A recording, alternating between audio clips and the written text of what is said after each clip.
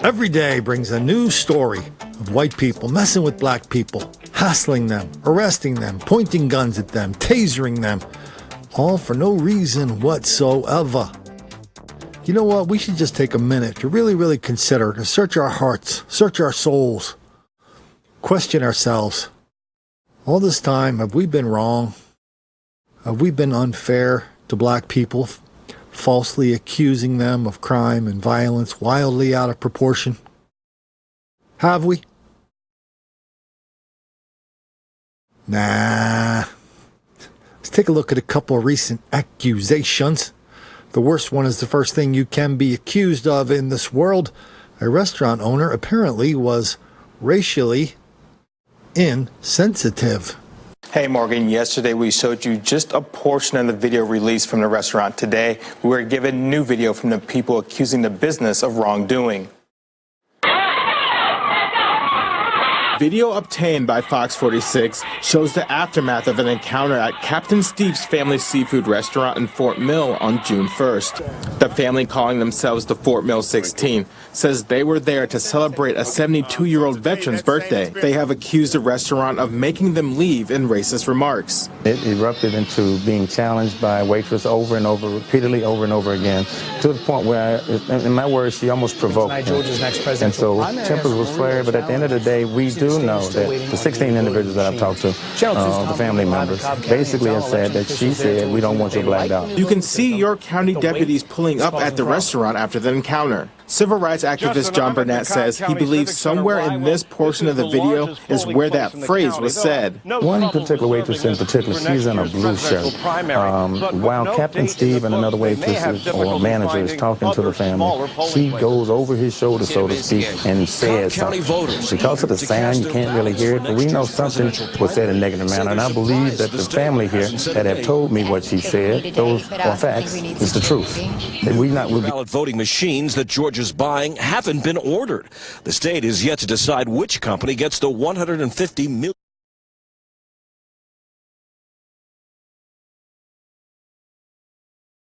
Demonstrations and press conferences. Again, yesterday we showed you just a portion of the video released from the restaurant. Today, we were given new video from the people accusing the business of wrongdoing.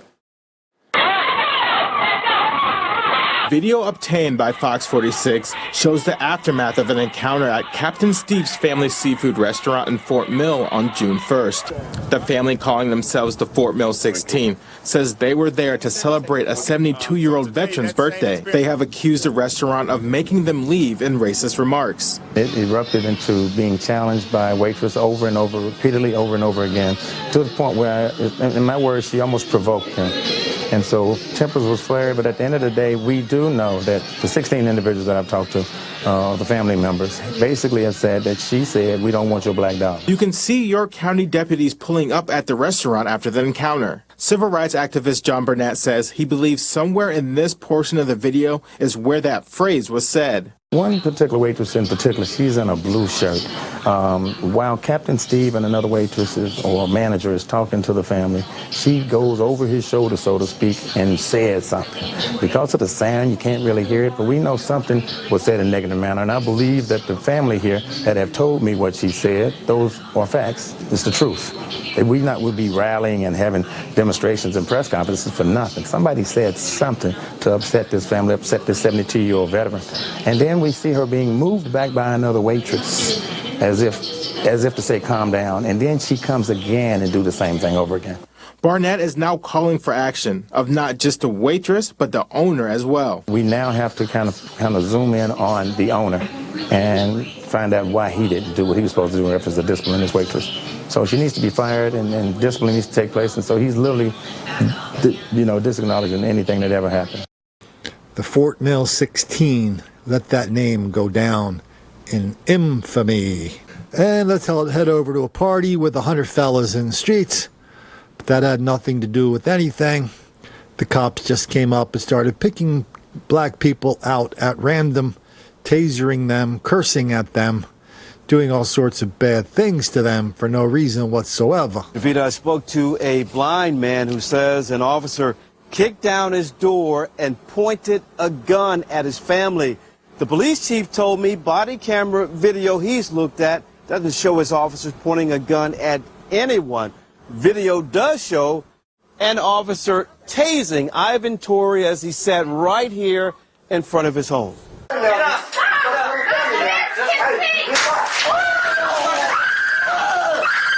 This video shows a Monroe police officer tasing Ivan Tory and dragging him out of a chair in front of his home. I asked Tory what went through his mind. I was so shocked and getting shocked that I couldn't even really think. Police arrested him that night. Obstruction of an officer.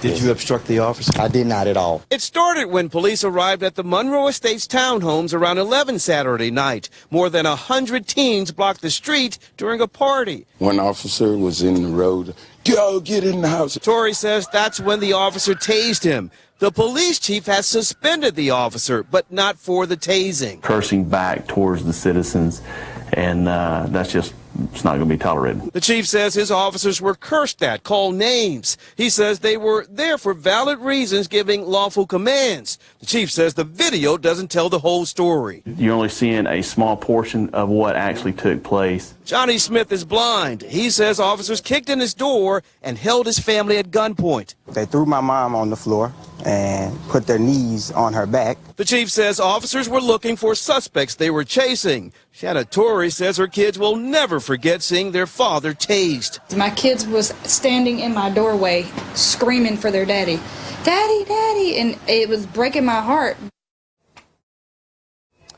And the suspended officer must undergo remedial and corrective training. So the one cop's being suspended for cursing back at a citizen. Oh, no. It's way worse than that. This guy ought to be fired, arrested, tried, and convicted for forgetting that crime is the new black entitlement. You know, if there's one thing that we see around here a lot, at least on the internet, and on television, newspaper, radio, everywhere we go, we see stories that white people are roaming the country with high-powered weapons, shooting up people all the time. But yet we look in the newspapers, the radio, everywhere else, what we see is the reality is that 75, 80, 85, 90, 95% of mass shooters in this country are black. Do you need some more examples? Violent day on the streets of Newark. 2 separate shootings happening just blocks from one another in a span of minutes. 7 people were shot in a hail of bullets. One of the victims, who survived a shooting just weeks ago, was killed.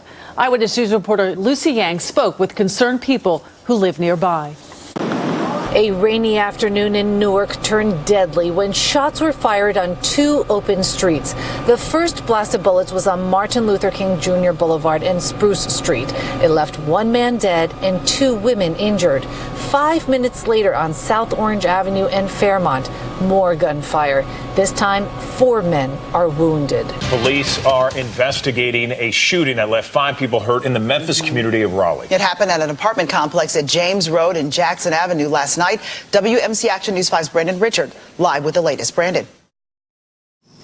Well, in the last couple of minutes, we've noticed several police cars leaving the scene here, and investigators are still trying to figure out what exactly led to the shooting here at the Huntington Hills apartment complex. Right now, they're not sure if the 5 people who were shot, if all of them were victims, or if some of them may actually be suspects. But all of this started shortly before midnight. That's when Memphis police say that a sheriff's deputy noticed a car that had broken down near Austin P. Highway and Yale Road. That deputy stopped to help and then realized someone in that car had been shot. Police say 4 other people showed up to the hospital with gunshot wounds. We're told all their injuries are considered non-critical. And let's not forget Walmart. Non-black people are always messing with the fellas at Walmart. Gina, that's right. That Walmart greeter telling me that he was simply doing his job that night. He says sometimes cashiers forget to scan an item, so he sends people back to pay for them. He says that was the case that night, but instead the suspect, as you said, he snapped, and now Craig Valentine is out on a $1,000 bond. He punched on my face with the closed right hand. Then I fell down on the ground. The video is still too tough to watch for 72-year-old Mohinder Randhawa. He refuses to see it. The elderly Walmart greeter says he never saw it coming. Punched so hard that he blacked out. My left upper lip was broken from here. Blood started out. And inside also there was a cut about half an inch. You're charged with the felony offense of injury to an elderly person. Investigators say 42-year-old Craig Valentine is the person seen in this video assaulting Randhawa the night of June 14th at a Walmart in Cypress. The Walmart greeter told me that when he checked Valentine's receipt, he noticed that a case of Gatorade had not been paid for. I told him, if you want, you can scan and take it. But Randhawa says Valentine got angry, yelling out he had paid for everything. Then, as you see in the video, he pushes him and then punches him. I never told him you are stealing. But in his... If you've been down to Houston lately, it's not a pretty picture. We now believe that we can bring justice to Josue's family. We never wavered. Chief Acevedo said over his dead body, that we would give up over on this case. We cannot bring back Josue, but we can seek justice in his memory and protect other children in our community. It took more than 3 years, but police believe they have found the man who murdered 11-year-old Josue Flores. Tonight, we are looking into how detectives finally got what they needed to make an arrest. Good evening. This horrific crime shocked the city and angered people in Josue's neighborhood. Josue was walking home from school when he was stabbed to death. Andre Jackson was indicted today for Josue's murder. He had been arrested before in connection with the case. We have live team coverage on the quest for justice for Josue. We start with David Gonzalez, live from the Harris County Jail downtown. Hey guys, Andre Jackson was arrested this morning in Baytown, and police say that they had been watching him for the last several days as they waited for evidence to be tested at a Florida lab. Well, the results of that newly tested DNA came in today, and they say that it directly links Jackson to the murder. They now believe that they can bring justice to Josue's family. Jackson had been arrested before for Josue's murder, but those charges were dropped. Couple of fellas kill a taxi driver. Has anybody ever heard of that before? Does anybody have any reason there to believe there's a pattern of crime, violence, and murder there? Yeah, look it up. Get back to me.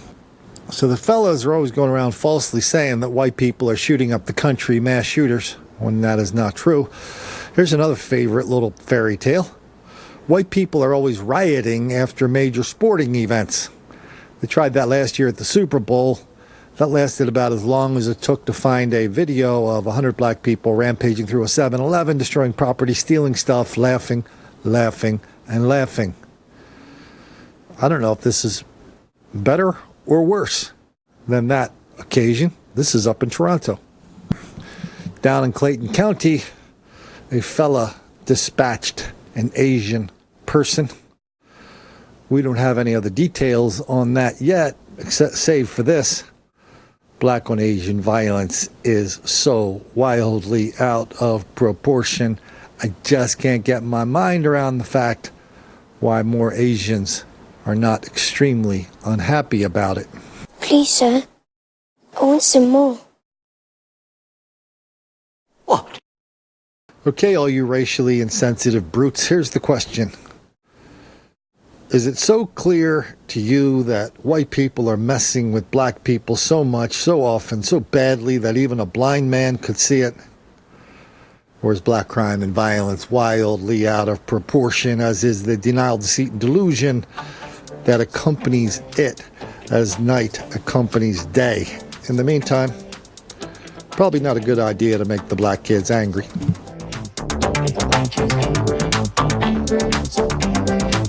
The